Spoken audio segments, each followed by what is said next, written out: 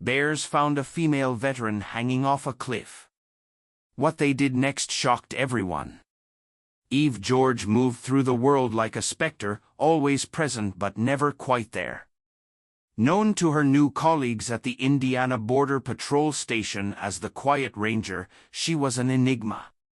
Her silence wasn't from a lack of words, it was the weight of memories that left her speechless.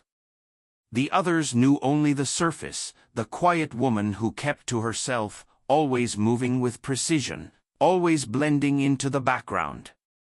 But there was more beneath that, so much more. Before she became a Border Patrol agent, Eve had served as an Army Ranger, one of the most decorated operatives in her unit. She had been tough, unshakable, with a reputation that preceded her. Yet her last mission shattered everything. Betrayed by someone she trusted, she watched her team disintegrate, torn apart in a matter of hours. The feeling of that betrayal was something that had never left her, haunting her every waking moment. The faces of her fallen comrades still lingered in her mind, constant reminders of the price of survival. After returning home, the world felt like a place she no longer fit. The city lights, the constant noise, the people who couldn't understand, it all became too much.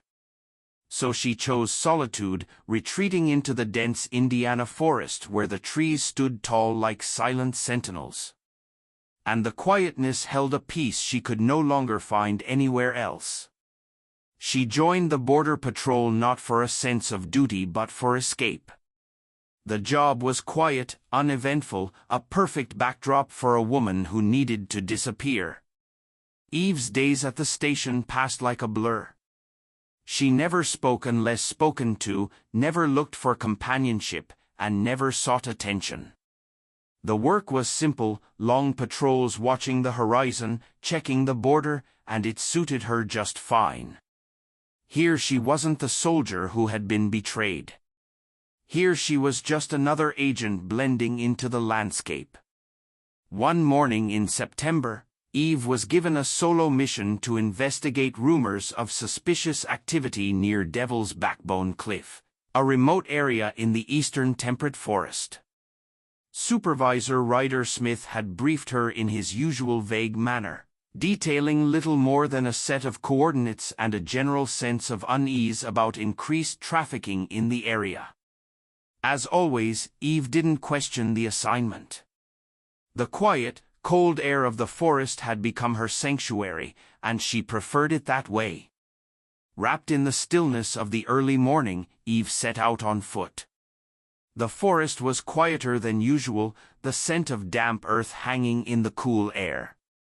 The ground beneath her boots crunched as she made her way through the woods, a rhythmic sound that matched the pace of her thoughts. Her mind was focused. Every snap of a twig, every rustle of a leaf, was a potential signal and alert. But as she walked, there was only the emptiness of the trees, their skeletal branches reaching toward the gray sky. Her body moved with practiced precision, every step purposeful. She was used to the silence, used to the weight of the past pressing down on her. But as she ventured deeper into the woods, something began to feel wrong. The air grew heavier, and the hairs on the back of her neck stood on end. It wasn't the chill of the cold but the sensation that something or someone was watching her. It was then that she saw them, strange footprints in the soft mud.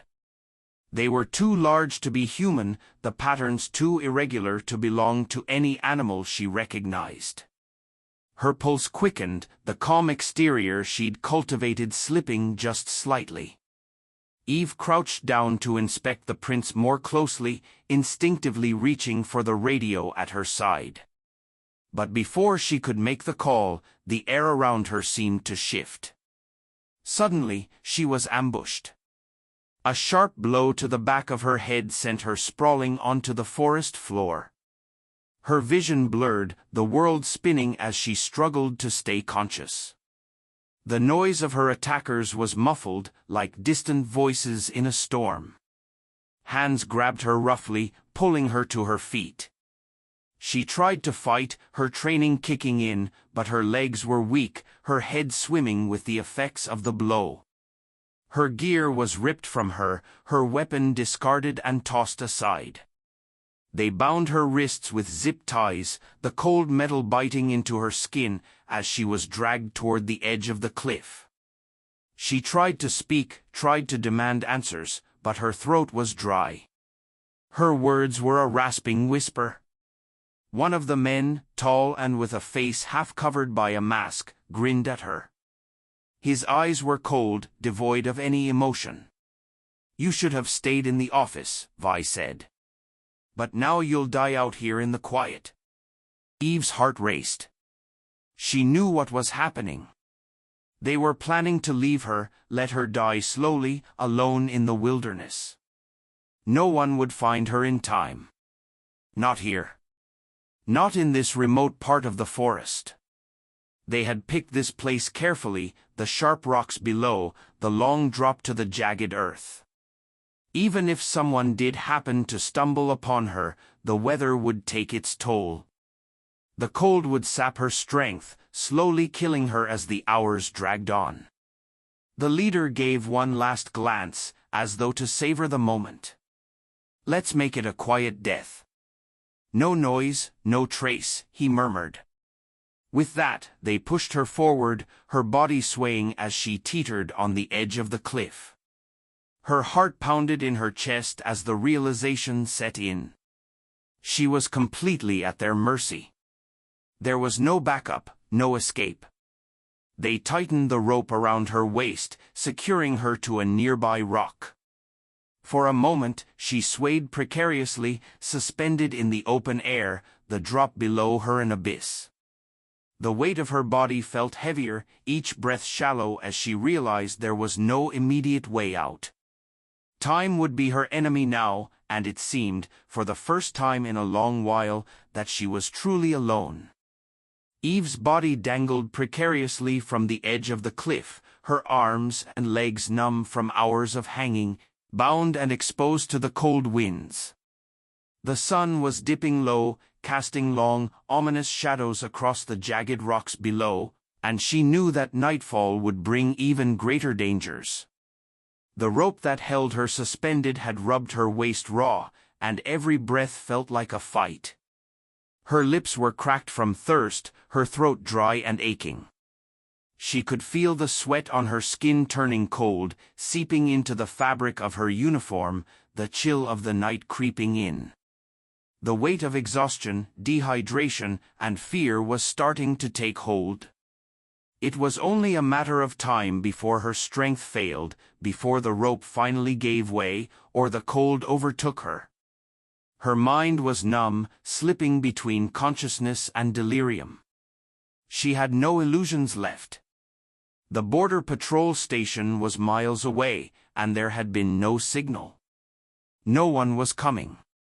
She was alone, alone in a vast wilderness that didn't care, with only the howling wind and her fleeting thoughts to keep her company.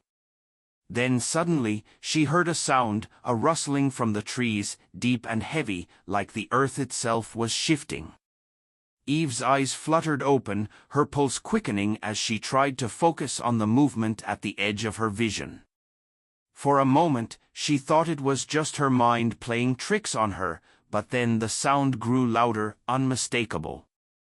A massive shape emerged from the trees, and Eve's heart froze in her chest. 3 enormous grizzly bears, their thick fur matted with dust and the remnants of their travels, appeared on the other side of the cliff.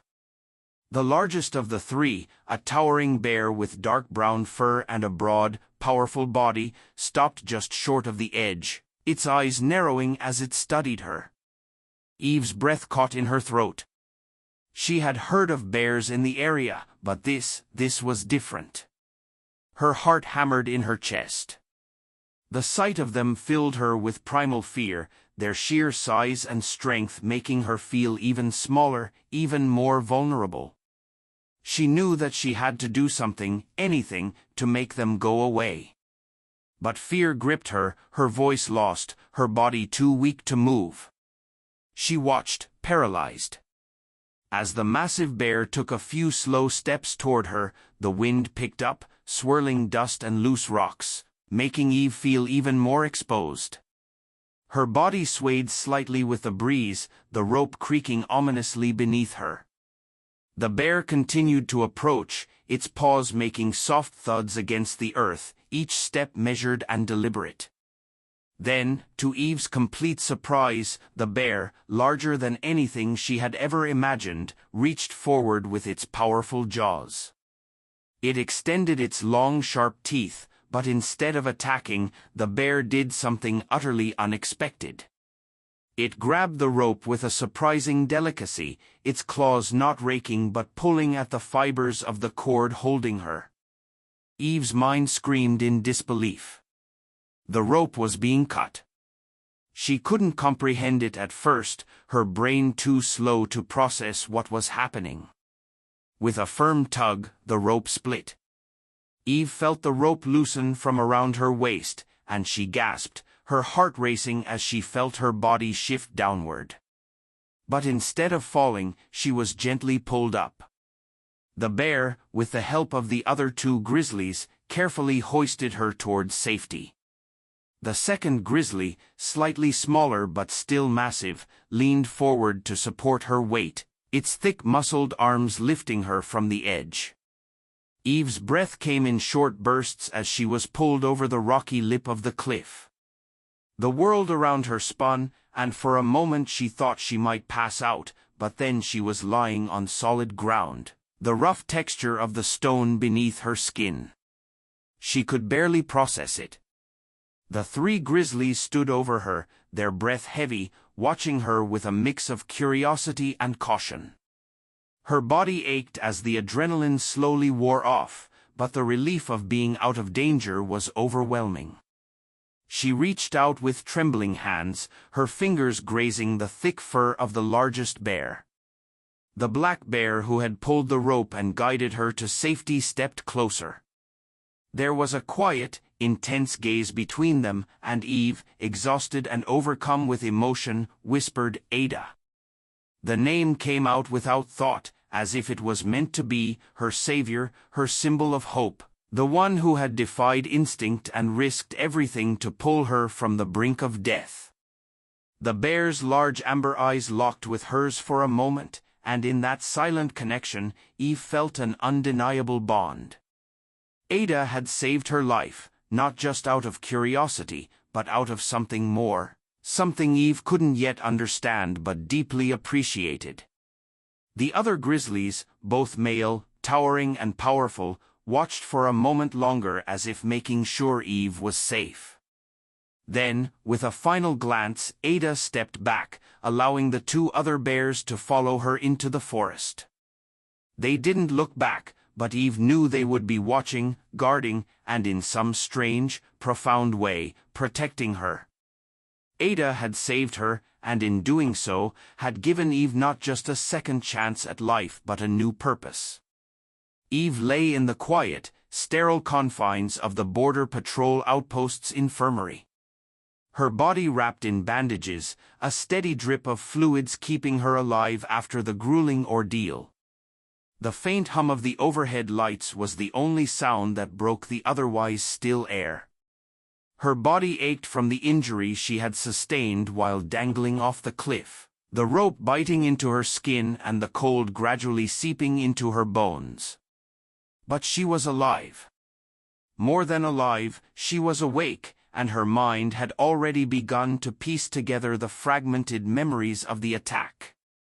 Through the small window of her room, Eve caught a glimpse of the sky turning a pale blue, the first signs of morning light spreading over the rugged Indiana landscape. Her eyes lingered on the horizon, but it wasn't the land that drew her attention. It was the large dark figure standing just outside the infirmary door, the bear Ada, the black grizzly who had pulled her to safety, standing at the edge of the outpost, her massive form a sentinel against the rising sun. Eve's heart swelled with gratitude and something deeper, an understanding. Ada had saved her, and now it seemed the bear had chosen to remain by her side. Eve smiled faintly, though it hurt to do so, and she closed her eyes for a moment, allowing herself to drift in and out of sleep. But as much as Eve longed for rest, something gnawed at the back of her mind. A slow realization had been forming like a shadow creeping along the edge of her thoughts. She had been betrayed. It wasn't just an ambush, it was a setup. Her route, the one Supervisor Ryder Smith had given her, had been manipulated. Eve had been sent into the Devil's Backbone Cliff, knowing it was a prime spot for an attack. But she hadn't seen the signs. Her fingers, stiff and bruised, reached for the paperwork that lay on the small table beside her bed, the maps, the intel. Everything had seemed routine when she'd received the mission. But now, with clearer eyes and the sting of betrayal fresh on her mind, Eve could see the cracks. The notations on the map had been off, the coordinates in an area far too remote for a standard mission, the kind of place where she could be left to die quietly and without witnesses. She inhaled sharply, her chest tight. The pieces were beginning to fall into place. She had been expendable to someone within the Border Patrol, Ryder Smith. The thought struck her like a blow to the chest. She knew he was hiding something, but now it was more than just a suspicion. Eve shifted in bed, wincing as the pain shot through her body. She was no longer just a victim of circumstance, she was a survivor, and she needed answers. Ada's watchful eyes seemed to reassure her, and she knew that this bond, this strange alliance, would be her strength. With her body still weak, Eve had a long road ahead of her, but she was resolved. She would find out who was behind this betrayal. And when she did, they would face the consequences. Ada, standing guard outside the infirmary, would be the first to know. Together, they would uncover the truth. Eve sat at a small table in the Border Patrol outpost, papers spread out before her. The weight of her injury still lingered, her muscles sore and stiff, but her mind was sharp. She had been given time to heal, but the more she thought about the events that had led to her near death, the more certain she became. Her mission had been deliberately set up to fail. The evidence was all there, scattered across the documents and maps. The mission route assigned to her, mapped out by Supervisor Ryder Smith, led her straight into a dead zone, a place where communication was weak and help would never arrive in time. It wasn't a mistake. Someone had known exactly where to send her and why. Eve's fingers traced the lines on the map, the coordinates that had led her to the Devil's Backbone Cliff. The realization hit her with sickening clarity: Smith had orchestrated this. He had manipulated the mission, knowing she would be left exposed and vulnerable with no way to call for backup. He had known she wouldn't come back from this one. Her heart burned with anger and betrayal. Smith had to be connected to the cartel, no doubt about it. He had been feeding information to criminals for months, maybe years, using his position within the Border Patrol to set up operations. Eve had walked right into his trap. She had been expendable to him. Ada, the black bear who had saved her life, now stood as a symbol of her survival. The bond between them had become something deeper, something more significant than she could have imagined. Ada had been her savior, but now she was her ally. Eve wasn't going to let Smith get away with this. She straightened in her chair, her resolve hardening. It was time to expose him. The day was cold, a chill that crept through the walls of the Border Patrol outpost, matching the tension that simmered in the air. Eve paced in her small office, the weight of the information she had gathered pressing on her mind. The truth was clear now: Supervisor Ryder Smith had betrayed her and her entire team. He had used his position to feed the cartel vital information, manipulating her mission route to leave her vulnerable and exposed. Now it was time to confront him. Eve could feel her pulse quicken as she walked through the hallways, the shadows growing longer with each step. She was no longer the quiet, haunted woman who had arrived at the outpost. The fire within her had ignited again, fueled by the truth and the betrayal she had suffered. Ada, ever watchful, followed her closely, a silent protector at her side. The bear's presence was a quiet strength, her steady gaze and powerful form a reminder that Eve was not alone in this fight. When Eve reached Smith's office, she found him seated at his desk, his back turned to her. He hadn't expected this confrontation. No one had. The tension in the room thickened, and for a moment Eve simply stood there watching him. Smith's posture was relaxed, too relaxed for someone who knew what was coming. He turned slowly in his chair, a smile curling at his lips. "You finally figured it out, didn't you?" Smith's voice was calm, almost mocking. "You've been digging around, asking questions. But you'll find that it's too late now." Eve didn't flinch. "I know everything," she said, her voice steady but laced with fury. "You sold us out to the cartel. You manipulated my mission, led me straight into a trap, and now I'm going to make sure you pay for it." Smith's smile faltered, and his hand moved toward the desk, fingers brushing over something hidden beneath the papers. Eve's instincts flared. Before she could react, Smith sprang from his chair, drawing a gun from the desk drawer. His eyes narrowed in a dangerous gleam. "You think you've won," he spat. "You're nothing but a pawn, just like everyone else in this system. But I'm not going down without a fight." Eve's hand went to the sidearm at her waist, but Smith was faster. He fired a shot, and Eve ducked behind the desk just in time. The bullet grazed the edge of her shirt. Her heart pounded, but her training took over. She knew how to handle situations like this. Ada, standing near the door, reacted instinctively. With a growl that rattled the walls, the bear lunged forward, knocking over filing cabinets and charging toward Smith. Smith tried to level his gun at her, but the bear was too fast. Ada swiped at his arm, sending the gun flying across the room. Smith let out a curse, stumbling backward. The other agents in the outpost rushed in at Eve's signal.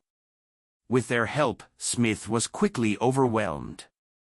Despite his desperate thrashing, he was no match for Eve's training and the sheer force of the bear's presence. Within moments, Smith was pinned to the ground, handcuffed by one of the officers. Breathing heavily, Eve stood over him, her gaze unwavering. "You're done," she said, her voice cold with resolve. "This ends now." Smith's face twisted in a mixture of rage and defeat. "You think this is over," he sneered. "The cartel will come for you. They'll burn everything down." Eve leaned in closer, her voice low and full of certainty. "Not if I have anything to say about it." With Smith in custody, the cartel's grip on the border patrol station was broken. But Eve knew the fight wasn't over. She had exposed the corruption within the system, but the ripple effects would be felt for months to come. As Smith was led away by the officers, Eve watched him with quiet satisfaction, knowing this chapter was closed. But the war wasn't over. The cartel still operated in the shadows, and there was much work left to do. As Eve turned to Ada, her eyes met the bear's steady gaze. "We've got more to do," she said softly. "But together, we'll stop them." Aida's soft snort was the only answer, but it was enough. The fallout from Ryder Smith's betrayal rippled through the border patrol station like an earthquake, leaving cracks in the foundation of an organization that once seemed invincible. News of the corruption spread quickly, and agents who had once trusted Smith found themselves questioning everything they had known. In the days following his arrest, many of them turned to Eve for answers. Her calm demeanor and determination were a source of strength for the outpost that had been rocked by such a shocking revelation. But even as the dust settled, Eve knew this was only the beginning. The cartel had been dealt a blow, but the fight wasn't over. There were still whispers of their influence lurking in the shadows, and it would take more than a few arrests to rid the border of their presence. Eve was no longer just a border patrol agent. She had become something different. The days of quietly burying her past and blending into the station's routine were behind her. She had found a new purpose, one that didn't just involve protecting people but also protecting the wild creatures who called the forest home. It was Ida, the grizzly bear who had saved her life, that had sparked this new direction. Ida had become a symbol, a living testament to the bond that could exist between humans and animals. When Eve had first been rescued, she hadn't fully understood the significance of the bear's actions. But as time passed, it became clear that the bear had not just been a rescuer but a partner in a larger mission. Word spread quickly that Eve and Ida were working together.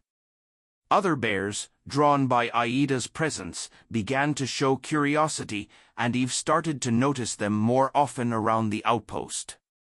Some were smaller, others bigger, but each seemed to have a sense of trust in her that she hadn't expected. The wildness of the bears was not something she could tame, but there was a growing understanding between them, a silent agreement that they were allies in a much larger fight. At first, there were doubts among her colleagues. Some questioned the practicality of working with wild animals, let alone a team of them.